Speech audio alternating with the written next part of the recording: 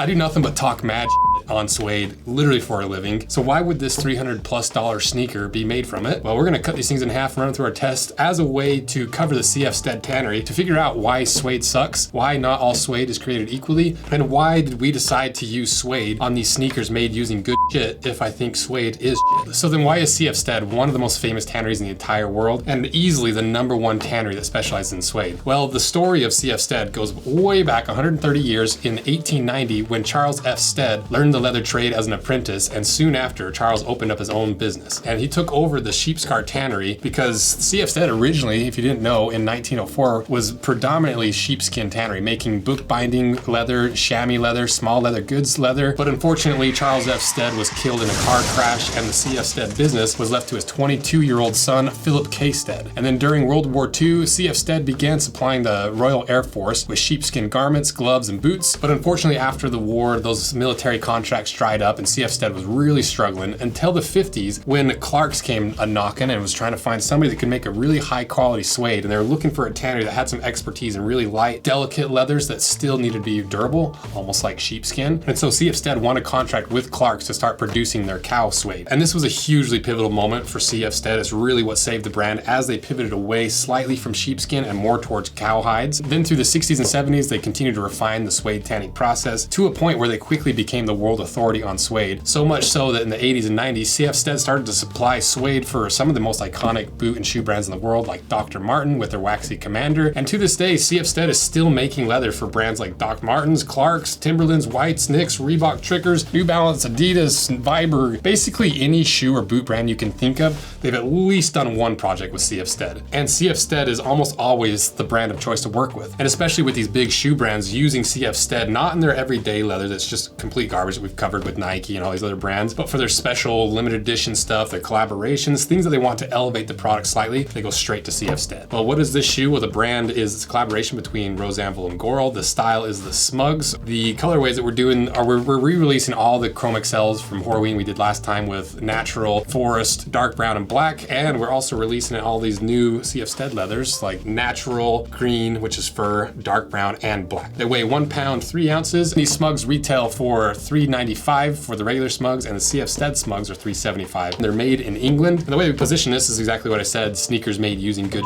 shit. Essentially, the idea is to make a sneaker built like a boot that acts like a boot but has some of the features of a sneaker. And if you want a pair of these, check them out via links in my description. They're a limited edition thing that we do. And so if they're sold out, be sure to get on that limited edition email list so you get early access to guarantee yourself a pair and the sizing guides and everything that we send to that limited edition email list so you don't miss out on a pair. And we do a few drops a year, so check them out below. And like I mentioned, we're mostly talking about suede with this video, and that's the cool part of these collaborations. That gives us an excuse to exclusively focus on one aspect of the collaboration, like the CF Stead and the suede, and use this as a lens to look at those particular materials. So what is this leather? Well, like as I said a thousand times, the CF Stead, it's about 2 to 2.5 millimeters thick. Most sneaker suede, especially, you see anywhere from 1 to 1.5 millimeters thick. This is a lot closer to that boot thickness to fit that boot sneaker hybrid concept. And then the suede, this is really surprising. We did the puncture test on it and it was the #1. It took 219 pounds to puncture through. So either that was misaligned, which is more likely, or the suede is so stretchy it takes out a lot of pressure to poke through. So then what is suede? At the end of the day, this is one of the common questions we get every day, especially for how much trash I talk about suede. Well, if you look at the cross section of leather, it's a gradient of microscopic, imperceptible fibers that make up that really tight grain pattern at the top. That's the outside of the skin of the animal. Then as you slowly get down through that cross section, the fibers get bigger, they get thicker, they get a lot more durable, but the fibers are so big that there's fewer fibers kind of holding it all together per square inch. So a lot of times you can literally just rip suede apart because you're not breaking the fibers, you're just unraveling the fibers. Then as you get to the top of the cross section, all those tiny fibers slowly got so small that you almost can't see them without a microscope. And because of that, they're so intricately woven together that you can't tear apart. But they're so small and so fine, they're a little bit more fragile. It's a little more prone to splitting and cracking. And that spectrum of fibers and that parlaying of the really big suede fibers with the really small grain fibers is really what makes makes leather one of nature's perfect materials. Most suede is just a byproduct of a higher quality leather, because when you get a hide in, it comes in wet blue and it's really thick, too thick for the vast majority of leather products. So they have to split it down and make it thinner. The top half goes to the higher quality, more expensive products, but then the lower half usually gets turned into suede. And that's why with really cheap sneakers, you see a big heavy pigment layer on top to cover up all those big fibers. So for the vast majority of suede on the market, it is the worst cut of the leather cross section because it's the absolute bottom without any grain structure holding it together. So why would anybody even want suede? Why wouldn't you just go with a rough out or just use grain leather? Well, the main reason is it's just cheaper. You know, even for these, it's still the highest quality suede in the world, but it's still cheaper for the SMUGS than the chromic cell pairs. And there are some pros associated with suede that's not just the price, because it is more breathable, it's more flexible, it has more stretch, it's easier to break in, and it has that suede texture to it. But the cons of suede are that it is more breathable, it is more flexible, it is more stretchy, but also, like I said, it can split, it absorbs water more because it's so open, it's like an open sponge. The nap is a little bit more sensitive because you want to keep that texture the same. Anything you spill onto it immediately absorbs in. You have to clean it, you have to brush it. It's a little more maintenance to keep that suede looking suede. And that's kind of the story of suede, is some of the pros are the cons and some of the cons are the pros depending on what your intended use is. For example, since we try to make this sneaker more like a boot, it's completely unlined in the quarters, but it has a tiny lining at the front, which is in the lower part of the cross section. It's not a suede down here, it's not a full grain up here, it's right in the middle. It's a corrected grain, or a top grain, sometimes people call it, where they've sanded down that top layer of the grain to remove any inconsistencies, any scars, and then a lot of times they put a heavy layer of pigment on top to even further hide the scars and imperfections and to give it even more of a flat, even finish. So now you have an example of suede, you have an example of corrected grain, and what about an example of full grain? Well, fortunately, like I've said like 4 times, this sneaker is made like a boot, so it's got a veg tan leather insole, and that veg tan is full grain. It starts right at the top of the grain, it hasn't been sanded down, it hasn't been skived down, it's still the full leather still remains intact. This veg tan insole that's Blake stitched, and why another reason why it's more built like a boot, it needs that strength of the grain pattern, and it needs the strength of a veg tan leather because it absorbs your sweat more, it shapes to the shape of your foot, it doesn't smell as much, and you want that structure and you want that strength of the grain supporting all the durability of those loose fibers of the suede underneath. So in this shoe alone, you've got an example of full grain with the veg tan insole, corrected grain with the lining in the top of the insole, and suede with the suede leather. So then how is CF Stead suede any different? Isn't it just suede? It's just a cross section, like lower in the cross section. Well, on the higher quality CF Stead stuff, it starts as a full grain leather. It doesn't start as a split, because instead of splitting the leather down and saving that grain for better leather, they want to keep some of that grain intact because you do get all the benefits of that tighter fiber structure supporting more of the loose suede fibers. And so what they do is they just shave down that top part of the grain, because if you look at the cross section of this leather, you can see there's still just a little bit of that really fine fiber structure in there. So this really isn't suede in the traditional sense. It's more of a grain suede. And because CF Stead has been doing it for so long and they're the world leaders in it, they have so many techniques to make suede stronger. Like they shrink the hides. They try to make that grain as tight as humanly possible instead of stretching it out to maximize yield. So it just makes it even stronger, makes it even more dense. And there's even some stuff that they do with this suede that they just refuse to reveal to anybody. It's just the CF Stead magic that makes it what it really is. And so all that combined is why CF Stead is so much different than any other suede on the market and why they are the leaders in suede. And really the last thing we haven't talked about before we cut it in half is this outsole, because this is a 60 Shore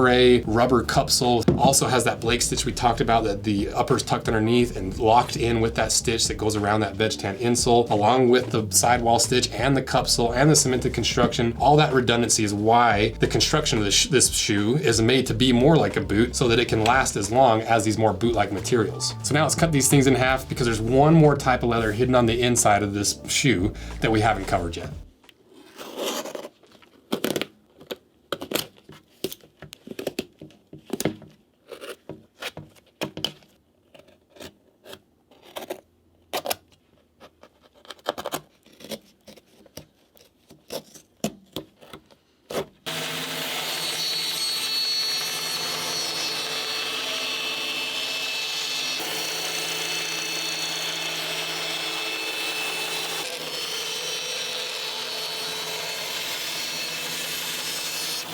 All right, we got them cut in half. If you're not subscribed, consider doing it. If you want a pair of these, check them out below. And thank you guys for supporting these. It's a huge part of how we can afford to buy brand new stuff just to cut it in half. And it's a cool way to give us a new lens to look at the shoe and boot and leather industry and some of the more niche things, like a specific tannery that specializes in suede, through the lens of the collaborations.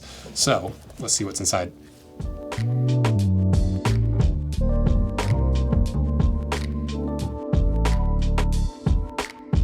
So a couple more natural materials. You got that wool filling on the inside. If you want more wool information, I've got some sweet mugs videos. It's actually another collaboration with Goral where we go over why wool is like my second favorite natural material. You can also see that veg tan leather is supported by some fiberboard underneath, but the one type of leather that we didn't cover is right here in the heel at the counter. This heel counter is made to structure and hold your heel and mold to the shape of your heel. And this is not even from any of the cross section. This is leather board. A lot of times they take that lower part of suede, and if it's too loose, if it's too thin, if it's not usable, grind it up into a fine fibrous powder and then reconstitute it into leather board. And that's what the counter is. So leather board is technically even lower on the cross section, but once again, people use leather board, especially in heel counters, because it's softer, it's easier to break in, it molds a lot faster, even more so than suede, while still being more structural and supportive than suede. Would I rather have a veg tan heel counter? Yes, but we're trying to keep these at a certain price point so people can actually get them. And it's a good way to show all the various uses of all the different kinds of leather you see commonly in footwear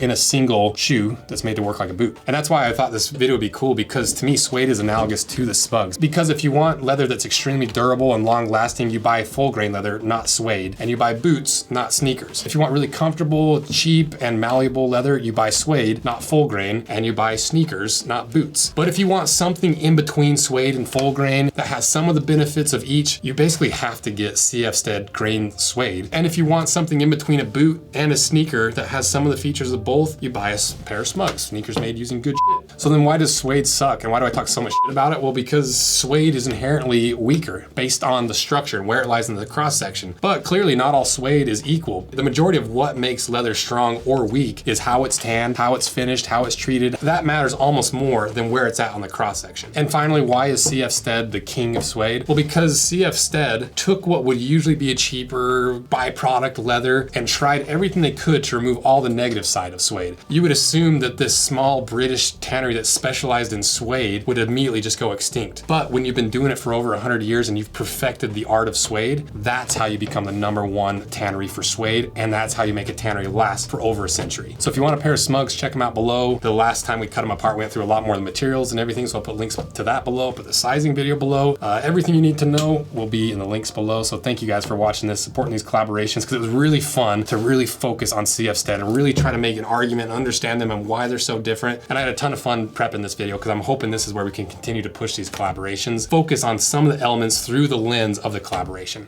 So thank you guys. See ya. Always yamming about CF Stead to make the best. And there are some pros and cons to Suede. Can't do this every goddamn time.